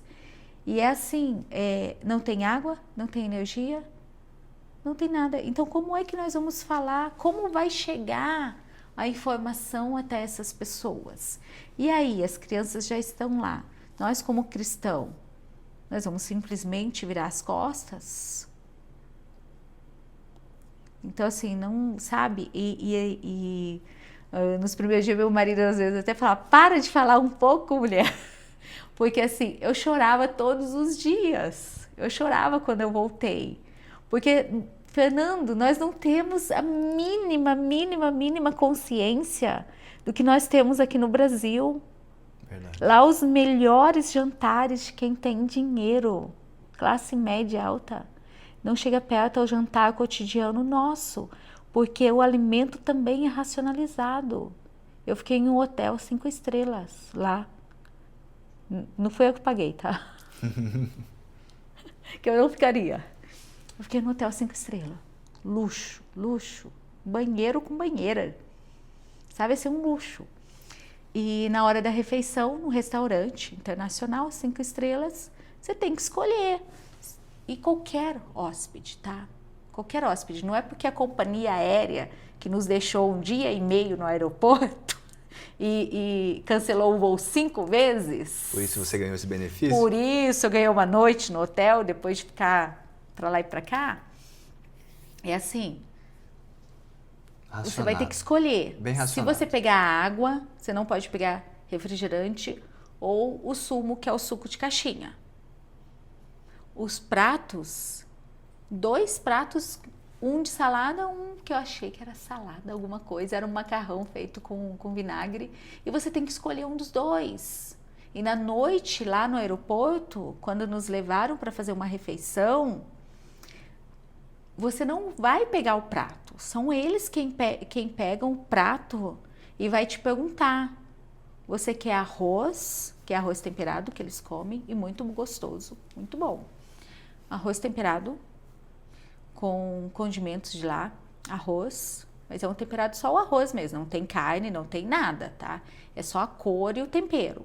Arroz, mandioca, batata frita, salada de repolho e uma carne. E quando eu cheguei a minha vez na fila, porque todos daquele voo estavam lá, e eu sempre fico por último, porque eu fico conversando. Quando foi pegar o seu... Quando eu fui pegar, não tinha mais. Então, assim, eu peguei acho que um pouquinho de arroz e tinha um pedacinho de carne e eu escolhi uma água. E esse foi o meu jantar. E é uma colher, tá? É uma colher, não é assim, ai, coloca mais. Não. E também vou te dizer, Fernando, você não tem vontade de comer. Porque Você viu a situação, a realidade daquele povo. Sim. Não é sim. fácil. Então, o alimento é racionalizado também. Que situação, que história. Comprem o livro.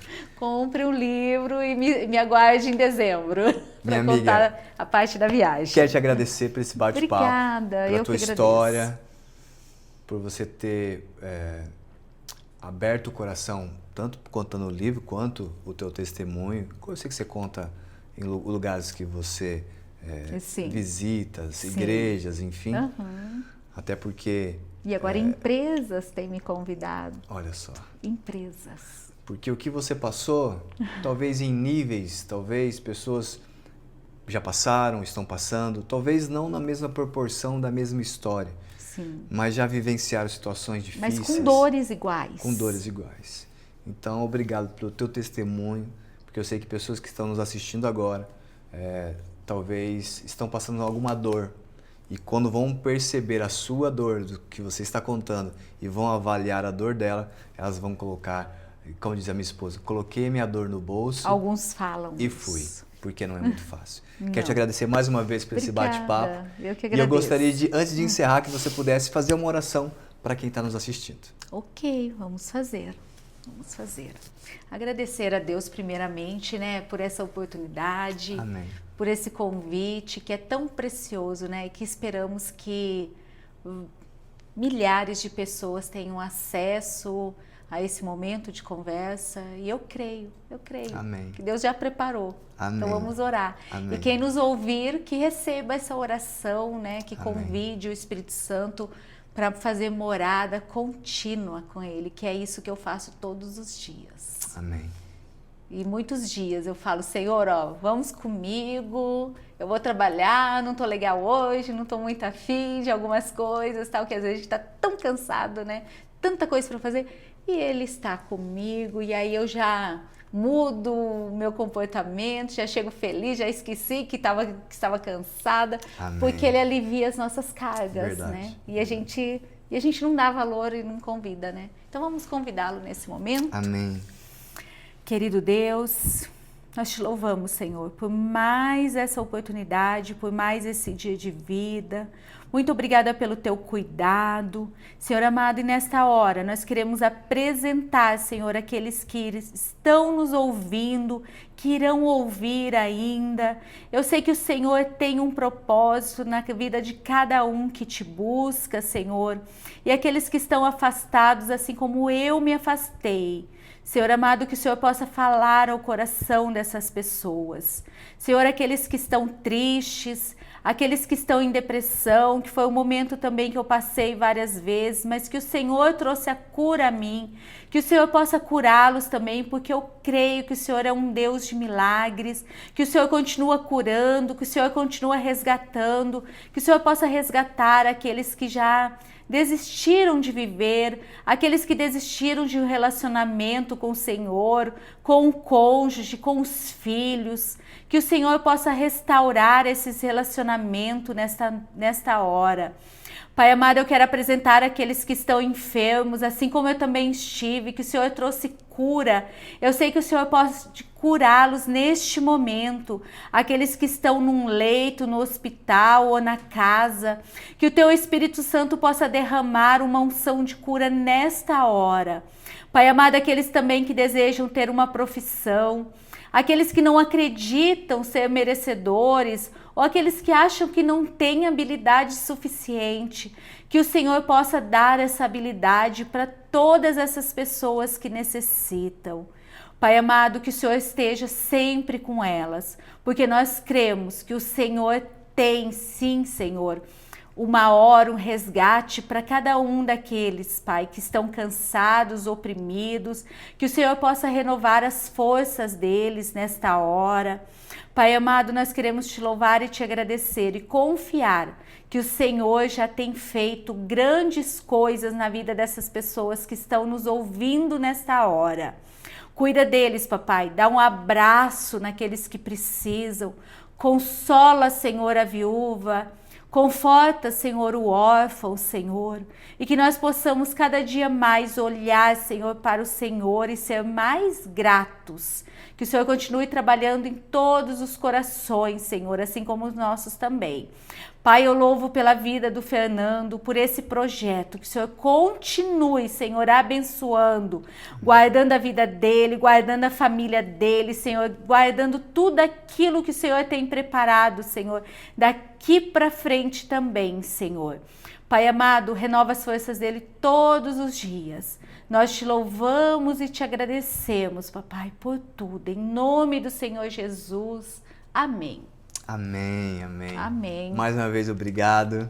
Eu agradeço. Que de fato o teu testemunho, a tua vida possa ser um exemplo Amém. E também uma inspiração para quem está nos assistindo. Amém. Obrigada. Maravilha. Pessoal, você que ficou até agora, obrigado pela companhia e nós retornaremos, tá? Com mais um programa aí, com histórias que inspiram, que conta aí relacionamentos com Jesus e aquilo que o Senhor tem feito na nossa vida, tá bom? Que Deus abençoe você e a sua casa. Amém. Amém.